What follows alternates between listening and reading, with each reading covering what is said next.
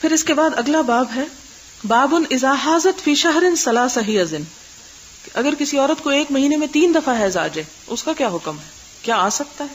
یعنی اگر کسی کی عادت ہے، کیونکہ حیض تو سراسر عادت پر ڈیپینڈ کرتا ہے. اذا حاضت فی شہر ثلاث حیض، 3 دفعہ اگر کسی کو حیض آ جائے. وما یصدق النساء فی الحیض، اور جو تصدیق کر دیں عورتیں ہی حیض کے معاملات میں، والحمل اور حمل میں، یعنی یصدق سچ سمجھا جائے عورت کی بات کو ان معاملات میں. وہ پیچھے آپ نے پڑھا تھا نا کہ عورت کی گواہی آدھی ہے، وہ صرف مالی معاملات کی بات ہے. یہاں یہ حدیث کیا بتاتی ہے کہ حیض اور حمل وغیرہ یا وہ معاملات جو عورتوں سے متعلق ہیں اس میں عورتوں کی بات کی تصدیق کی جائے گی، وہاں مرد گواہی نہیں دیں گے اور بالکل بھی نہیں دیں گے. وفیما یمکن من الحیض، اور جو کچھ ممکن ہو حیض میں سے، لقول اللہ تعالی، اللہ تعالیٰ کا یہ فرمان ہے قرآن پاک میں عورت کی گواہی کے بارے میں، ولا یحل لہن، نہیں حلال ان عورتوں کے لیے، ان یکتمن، کہ چھپا کے رکھیں، ما خلق اللہ، جو اللہ نے پیدا کر دیا، فی ارحامہن، ان کے رحم میں. یعنی کوئی عورت اگر اپنے بارے میں یہ بتاتی ہے کہ وہ پریگننٹ ہے تو اس کی بات کو مان لیا جائے گا، یا اگر کہتی ہے میں نہیں ہوں تو بھی مان لیا جائے گا، خواہ وہ ہے تو وہ اللہ کے ہاں مجرم ہے پھر. لیکن عدالت میں گواہی اس عورت ہی کی کافی ہو جائے گی، خواہ وہ سچی دیتی ہے یا جھوٹی، کیونکہ گواہی دینے میں یہ شرط نہیں ہے کہ وہ سچی دے رہا ہے یا جھوٹی دے رہا ہے، یہاں یہ شرط ہے کہ کس کی ہے وہ. وَيُذْكَرُ، اور ذکر کیا گیا، ان علی، حضرت علی سے، وشریح، اور شریح جو ایک قاضی تھے، ان جاءت ببینۃ، اگر وہ لے آئے کوئی علامت یا کوئی گواہی، من بطانۃ اہلہا، اپنے گھر والوں کے خاص لوگوں میں سے. بطانہ بطن سے، بطن چھپی ہوئی چیز کو کہتے ہیں، باطن اسی سے ہے کہ اپنے قریبی لوگوں میں سے کسی کی اگر وہ گواہی پیش کر دے تو اس کی بات مان لی جائے گی عورت کی. یعنی مثلا ماں ہے، بیٹی ہے، بہن ہے. ممن یرضی دینہ، جس کے دین پر راضی ہوا جائے، یعنی قابل اعتبار ہو وہ شخص، کیونکہ گواہی میں یہ شرط ہے کہ بظاہر وہ شخص سچا ہو. انہا حاضت فی شہر ثلاثن، کہ اس عورت کو 3 دفعہ مہینے میں حیض آ چکا ہے. مثلا اگر کسی کی صرف 3 دن حیض کی عادت ہے یا 1 دن ہے، بعض اوقات کسی کی عادت 1 دن یا دن کا بھی کچھ حصہ ہو سکتی، لیکن حالت کیا ہے کہ 1 دن آتا ہے، 10 دن بعد پھر 1 دن آ جاتا ہے، پھر 10 دن بعد 1 دن، تو مہینے میں یوں 3 دن بن جاتا ہے اور 3 دفعہ بن جاتا ہے. تو یہ 3 الگ الگ دفعہ ہوں گی، خواہ وہ ایک دن ہی کیوں نہیں آیا. تو ایسی صورت میں کیا ہوگا؟ صدقت، اس عورت کی بات کی تصدیق کی جائے گی. وقال عطا، اور عطا نے کہا، عطا بن نبی رباح نے، اقراؤھا، اقرا قرء کی جمع ہے جس کا معنی حیض، اس کے حیض کے دن ما کانت، جو تھے یعنی جو پہلے ہوں گے وہی ہوں گے. وبہ قال ابراہیم وقال عطا، اور یہی رائے ابراہیم اور عطا کی ہے. کیا ہے رائے؟ الحیض یوم الی 15، کہ حیض کی مدت کتنی ہے؟ 1 دن بھی ہے اور 1 دن سے 15 دن تک بھی ہے. جو مشہور قول ہے امام ابو حنیفہ کا اور جس کو ہم فالو کرتے ہیں، وہ 10 دن کی مدت لیتے ہیں.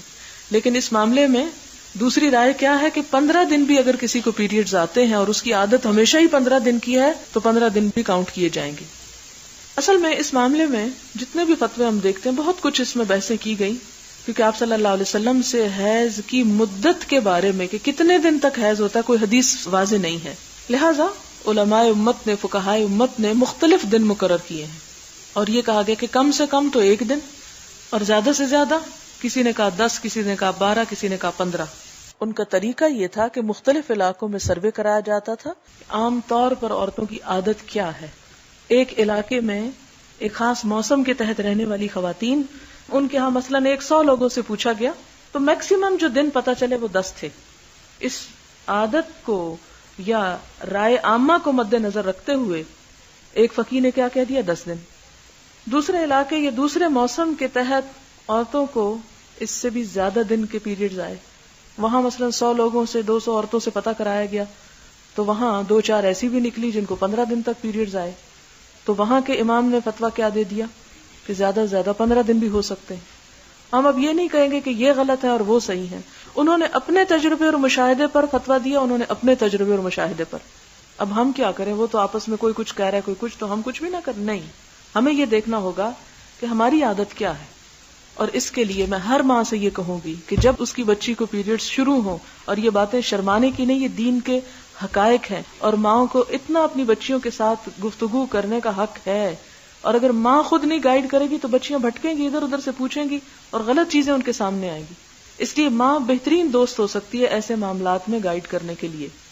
یعنی ماں اب یہ تو نہیں شرماتی کہ ڈش پہ اس کے ساتھ فحش سین دیکھے، ماں کو اب اس چیز میں تو شرم نہیں رہی، لیکن جہاں دین کا معاملہ ہے، حلال حرام کا معاملہ ہے، وہاں شرم آ رہی ہے.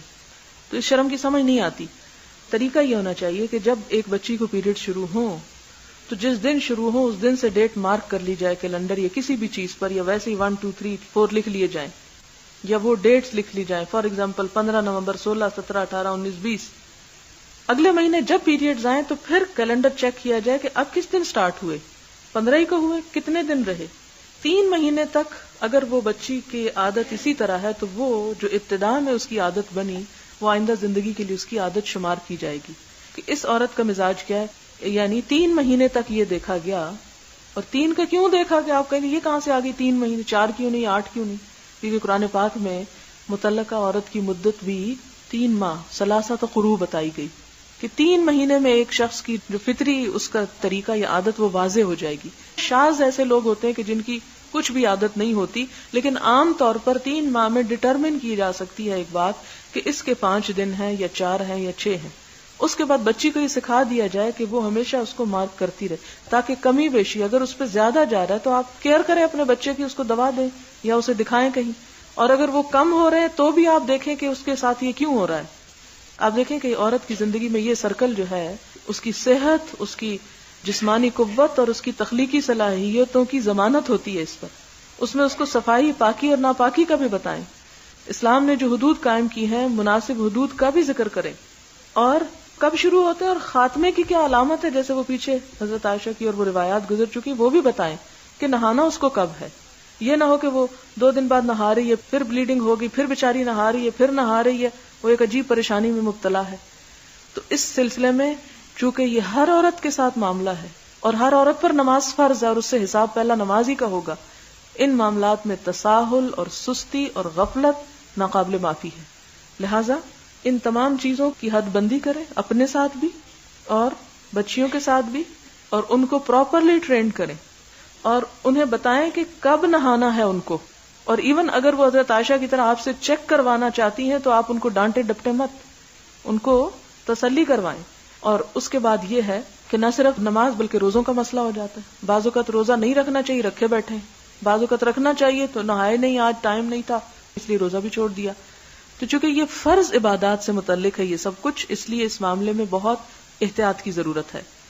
اب یہاں پر کیا بتایا جا رہا ہے کہ حیض کی مدت بعض کے نزدیک 15 دن بھی ہے. وقال معتمر عن ابیہ سألت ابن سیرین، معتمر اپنے باپ سے روایت کرتے کہ میں نے ابن سیرین سے پوچھا عن المرأۃ، عورت کے بارے میں، تردم، وہ پھر خون دیکھ لیتی ہے، یعنی دوبارہ اس کو پیریڈ شروع ہو جاتے ہیں، بعد قرئها، اپنے حیض کے بعد، بخمسۃ ایام، صرف 5 دن کے بعد. یعنی کچھ عورتوں کی عادت اگر یہ ہو کہ 5 دن پیریڈز آئے ہیں پھر پاک ہو گئی، 5ویں دن بعد پھر حیض شروع ہو گیا، پھر پاک ہو گئی، پھر حیض شروع ہو گیا، یعنی مہینے میں 3 دفعہ ہو گئے. قال النساء اعلم بذلک، میں نہیں جانتا، عورتوں کو پتا ہوگا یہ کیا ہے. ایسے ہی کہنا چاہیے، اگر نہیں پتا تو انسان کہے نہیں مجھے نہیں معلوم، میں نہیں جانتا اس فتوے کو. اس سے کیا پتہ چلتا ہے کہ دین کے یہ امور عورتوں کو زیادہ بہتر طور پر سمجھ بھی آ سکتے ہیں اور اس میں ان کو دوسروں کو گائیڈ کرنا چاہیے اور بہترین طریقہ تعلیم دینے کا کہ ہر ماں خود بھی جان لے اور اپنے بچے کو بھی سکھا دے. اصل میں قاضی شرح کے سامنے ایک مسئلہ پیش ہوا طلاق کا. تو طلاق کے بعد عدت کیا ہے؟ قرآن پاک میں 3 حیض.